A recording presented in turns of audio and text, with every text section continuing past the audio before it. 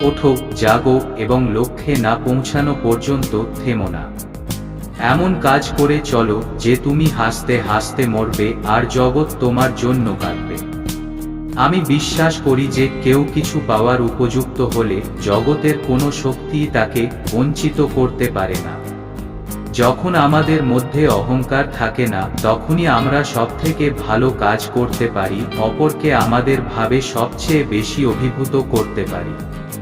মনের মতো কাজ পেলে অতি মূর্খ করতে পারে, যে সকল কাজকেই মনের মতো করে নিতে পারে সেই বুদ্ধিমান। কোনো কাজই ছোট নয়। ইচ্ছা শক্তি জগৎকে পরিচালনা করে থাকে।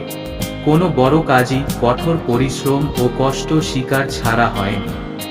সারাদিন চলার পথে যদি কোনো সমস্যার সম্মুখীন না হও, তাহলে বুঝবে তুমি ভুল পথে চলেছ। যে অপরকে স্বাধীনতা দিতে প্রস্তুত নয়, সে কখনোই স্বাধীনতা পাইবার যোগ্য নহে। দাসেরা শক্তি চায় অপরকে দাস বানিয়ে রাখার জন্য। নিজের উপর বিশ্বাস না এলে ঈশ্বরের উপর বিশ্বাস আসে না।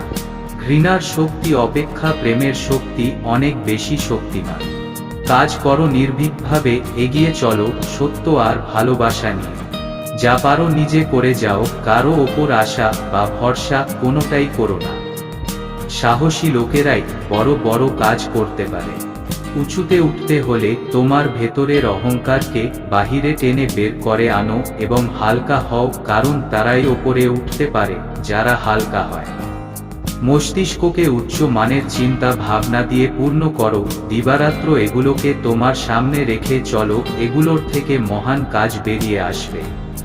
যে রকম বীজ আমরা বুনি, সে রকমই ফসল আমরা পাই। আমরাই আমাদের ভাগ্য তৈরি করি। তার জন্য কাউকে দোষারোপ করার কিছু নেই, কাউকে প্রশংসা করারও কিছু নেই। আমাদের জাতের কোনো ভরসা নেই, কোনো একটা স্বাধীন চিন্তা কাহারও মাথায় আসে না, সেই ছেঁড়া কাঁথা নিয়ে টানাটানি।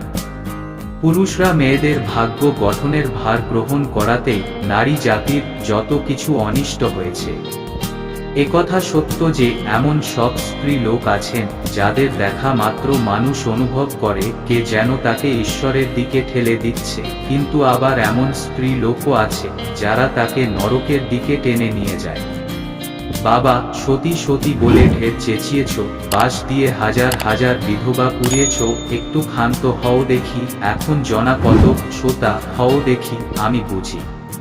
নারীদের পাশ্চাত্য জ্ঞান ও বিজ্ঞান যেমন শেখাতে হবে, তেমনি জাগাতে হবে ভারতীয় আদর্শ ও ঐতিহ্যের প্রতি শ্রদ্ধা। আমাদের দেশের মেয়েরা তেমন শিক্ষিতা নয় বটে, কিন্তু তারা অনেক বেশি পবিত্র। জগতে এখন একান্ত প্রয়োজন হলো চরিত্র। জগৎ এখন তাদের চায় যাদের জীবন প্রেমদীপ্ত ও স্বার্থ শূন্য।